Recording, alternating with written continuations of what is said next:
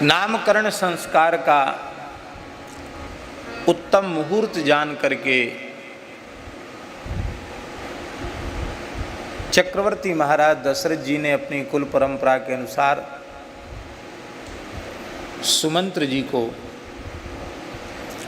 कुल गुरु वशिष्ठ जी के निकट भेजा कि भगवान आप उपयुक्त समझें तो आपके ही द्वारा निर्दिष्ट नामकरण संस्कार का शुभ मुहूर्त उपस्थित है, आप कृपा करें। नामकरण संस्कार के संबंध में है, जातस्य ही पुत्रस्य पिता दशमिन्हि नाम कुर्यात् द्वादशमिन्हि वा। ये पुत्र जन्म के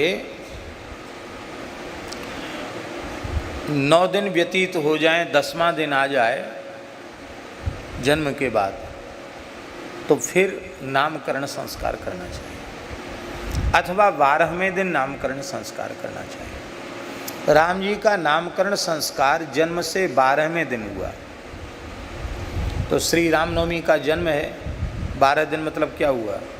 नवमी, दशमी, एकादशी, द्वादशी, त्रयोदशी, चतुर्दशी, पूर्णिमा, प्रतिपदा, द्वितीया, तृतीया, चतुर्थी और पंचमी। जिस दिन मलुकदास जी की जयंती है ना, वैशाख कृष्ण पंचमी, वैशाख कृष्ण पंचमी को चारों लाल जी का नामकरण संस्कार। यह श्रद्धेय श्री चक्र जी ने ये प्रमाण उद्धृत किया है। इन तिथियों के संबंध में बहुत अच्छा शोध है उनका, किस तिथि को भगवान की कौन सी लीला हुई।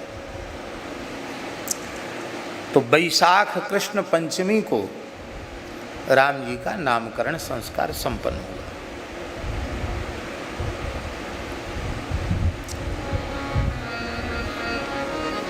नामकरण संस्कार के संबंध में भी ये बात स्पष्ट लिखी है,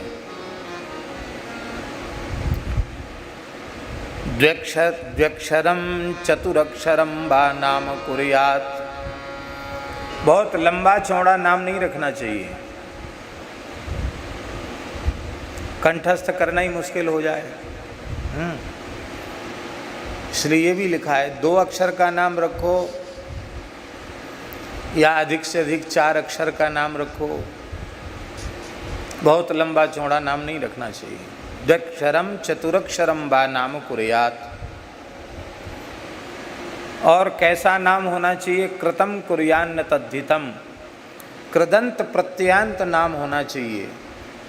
व्याकरण में एक कृदंत प्रत्यय है, एक तद्धित प्रत्यय है।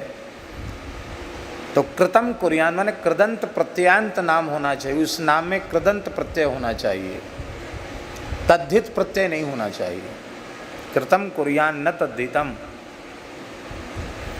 और नाम कैसा होना चाहिए? बोले 3 पीढ़ियों का स्मरण कराने वाला नाम होना चाहिए, पिता, पितामह और प्रपितामह। 3 पीढ़ी की याद दिलावे नाम। और कैसा होना चाहिए? त्रिपुरुषम अनरिप प्रतिष्ठितम। अनरिप प्रतिष्ठितम का अर्थ है कि 3 पीढ़ी तक उस नाम वाला पूरे कुटुंब खानदान का कोई शत्रु नहीं होना चाहिए। 3 पीढ़ी तक भी उस नाम वाला शत्रु है तो शत्रु के नाम का नाम अपनी संतान का मत रखो, नहीं तो वो कुछ न कुछ नाम का असर तो आता ही है, नाम का असर आएगा। अब सच्ची बात है कि झूठी, किसी ने हठात बलात् अपने पुत्र का नाम कंस रख दिया, हम तो कंस रखेंगे।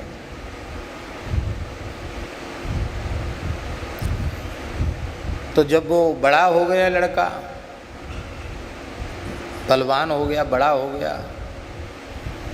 और पिताजी के सब संपत्ति पर काबिज हो गया, वो स्वेच्छाचार में प्रवृत्त होता, तो बाप कुछ कहता तो पिटाई करता और कोठरी में बंद कर देता, ताला लगा देता।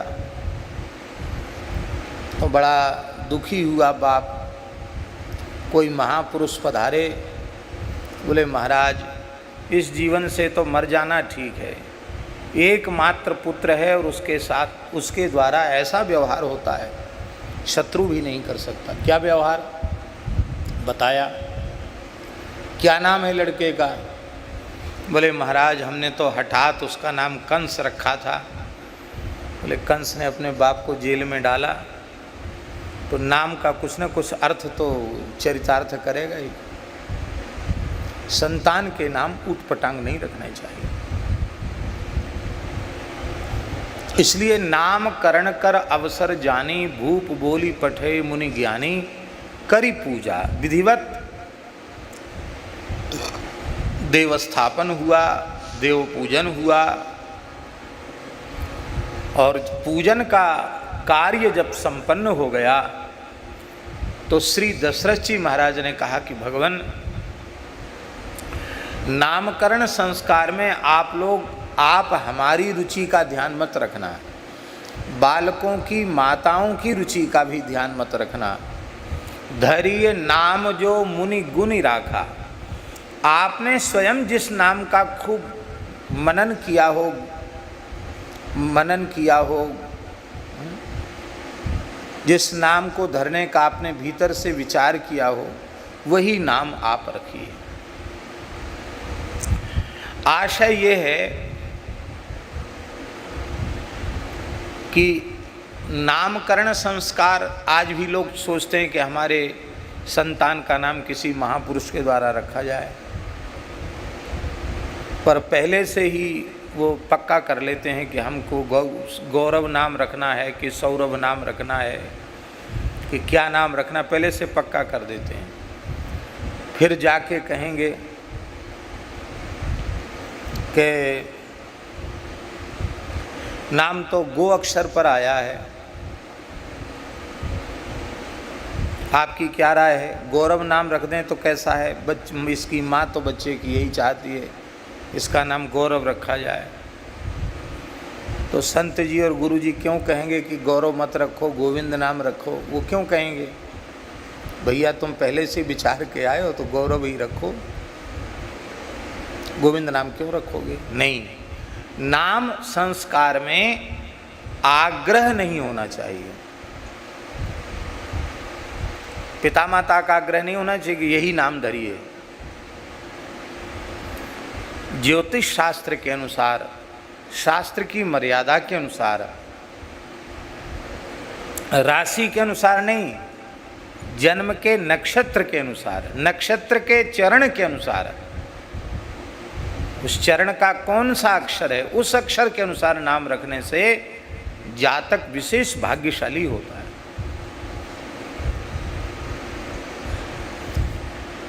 धर्म संघ वाले गुरुजी कहते थे कि दो पक्ष हैं। एक पक्ष तो ये है कि नाम बहुत विचार करके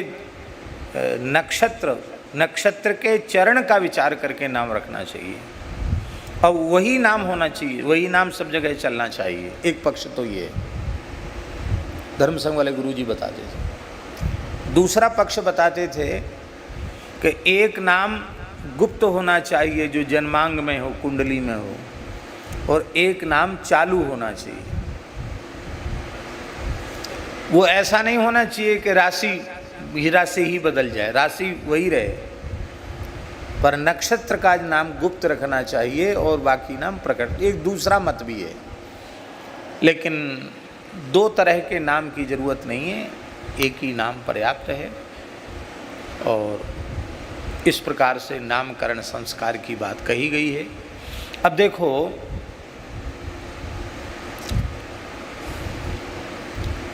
पुनर्वसु नक्षत्र में रघुनाथ जी का जन्म है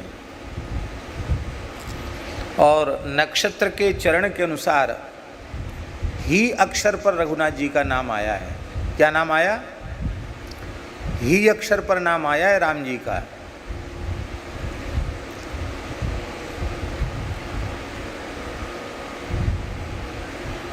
तो ही वाला नाम भी है राम जी का, और बाकी जो उनका सनातन नाम है, सदा सर्वदा से जो नाम उनका है, जिस नाम से उनका सनातन काल से उनकी प्रसिद्धि है, जिस नाम को संपूर्ण वेदादि शास्त्रों का भी मूल कारण माना गया, प्रणव का भी जनक माना गया, बंदऊ नाम राम रघुवर को, हेतु कृशानु भानु हिमकर को, विधि हरिहर में वेद प्राण सो, अगुण अनुपम गुण निधान सो। तो जो भगवान का सनातन नाम है वही नाम वशिष्ठ जी ने रखा, राम नाम रखा। बोलो रामचंद्र भगवान की। और वैसे ही अक्षर के अनुसार राम जी का नाम है हिरण्यनाभ। क्या नाम है? हिरण्यनाभ। ये हिरण्यनाभ भी भगवान का ही नाम है। हिरण्यनाभो सुतपा, विष्णु सहस्त्र नाम हिरण्यनाभो सुतपा। हिरण्यगर्भ ब्रह्मा जिनकी नाभि से प्रकट होते हैं, भगवान का नाम हिरण्यनाभ है नक्षत्र के अनुसार। लेकिन ये नाम कम लोगों को पता है। परम पूज्य संत श्री गोपालाचार्य जी महाराज तो कहते थे कि ये नाम सबको बताना भी नहीं चाहिए, क्योंकि बता दोगे तो गुप्त कहाँ रह जाएगा, प्रकट हो जाएगा फिर तो। लेकिन हम तो भगवान का ये नाम स्मरण करते हैं।